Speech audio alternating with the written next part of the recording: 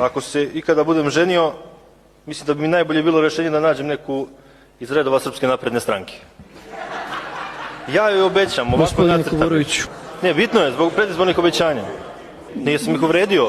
Tu vašu nameru za ženitbom obrazložite dostojanstveno i kulturno. Naravno. Zašto? Zato što šta god da joj obećam, ona će mi poverovati.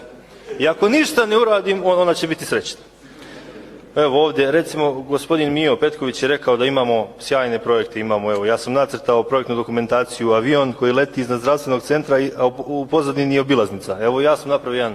I ovo je ništa manje vredno od tih vaših nacrta koje stalno nama pokazujete. To isto, dakle, kad bih ja toj devojci rekao, živjet ćeš u centru na trgu, 120 kvadrata, centralno grejanje, a onda je odvedemo u Gušteraj.